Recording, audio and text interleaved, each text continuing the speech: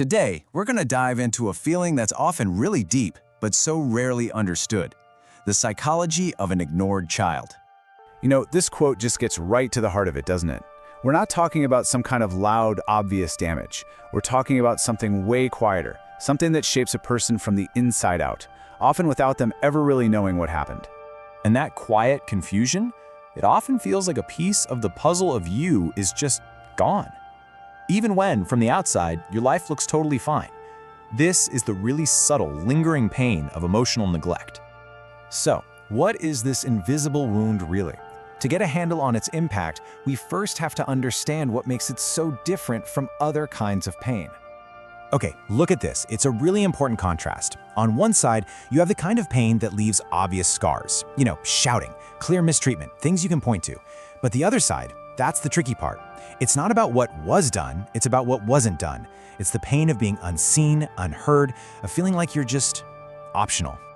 This is so fundamental to how we build our sense of self. Attention isn't just about someone watching you, it's a message. It's really the main way a child learns that their inner world has value, that their feelings are real, and that they actually matter. And that brings us to this key idea: attuned presence. This isn't just about being loved from a distance. It's about someone actively tuning into you, noticing your joy, your sadness, your confusion, and reflecting it back. This is the thing that was missing. So here's the thing you really have to get. The emotions don't just go away. A kid can't just switch them off. Instead, they learn to push them down, to tuck them away somewhere deep inside. Expressing how you feel just starts to feel way too risky. And this is the dangerous lesson the child starts to believe. It becomes this core belief, like a quiet hum underneath absolutely everything. And this one single belief, it's going to go on to shape their entire world. So once a child believes that, what happens next? Well, they have to adapt. They have to develop this whole set of powerful, often unconscious ways to cope. This next part is all about how a child learns to survive in that emotional silence. Think of this less as a list of personality traits and more like a survival kit. The child becomes this amazing observer, learning to read rooms and figure out what other people need, because that feels safer than talking about their own needs. They become super independent, because asking for help feels pointless, or maybe even dangerous. Quiet becomes a shield. And this gets to the core of why. It's a simple, heartbreaking calculation. If you make yourself small, if you don't ask for anything, then no one can say no. No one can dismiss you. Being invisible becomes a strategy to avoid the sharp sting of being rejected outright. And isn't this the craziest paradox? These kids are often praised for being so mature for their age, or being such an easy child. But that maturity, it's a trauma response. It's what happens when you have to manage your own emotional world way too early, with absolutely zero backup. So that's childhood. But what happens when that child grows up?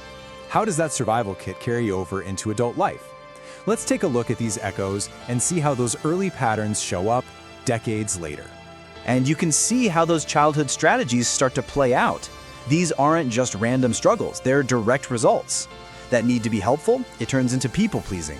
The habit of pushing feelings down leads to this feeling of emotional numbness. The lack of validation creates this constant self-doubt. And all that quiet, internal processing, it becomes overthinking, which can cause some serious struggles in relationships. I mean, how many of us know this feeling? I'm fine becomes the automatic answer. It's not really a lie, it's more like a reflex. It comes from a whole lifetime of learning that what's going on inside you isn't really a topic for conversation. It's just something you're supposed to handle on your own. Let's just zoom in on people-pleasing for a second, because it's such a direct line from that childhood experience. You learn that attention isn't just given, it has to be earned. So your self-worth gets all tangled up in how useful you are to other people. This is why just resting can feel so deeply uncomfortable, because if you're not actively being useful, that terrifying question pops up: do you even matter? And this gets to something even deeper, your very sense of who you are. Our identity is built in relationship with others. If your feelings are never really seen or validated, it's like trying to see your own reflection in a pitch-black room.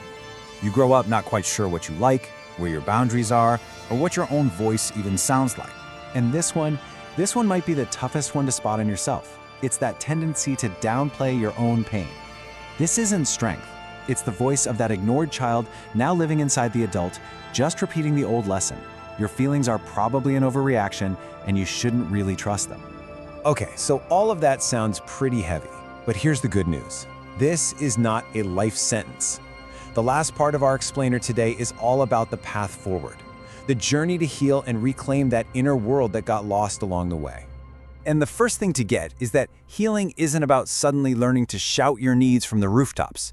It's a much quieter, more internal process. It's about creating a sense of safety inside of you where your own feelings are no longer the enemy. So what does that actually look like? Well, it starts with these kinds of steps.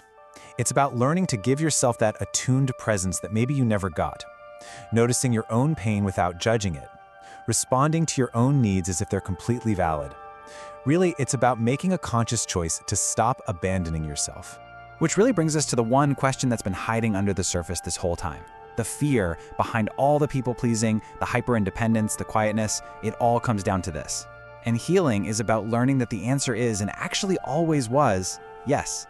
Because at the end of the day, what was missing wasn't necessarily love, but just being seen. And the journey back to yourself starts the moment you decide to turn inward and offer that gift of sight, of presence, to the one person who's been waiting for it all along.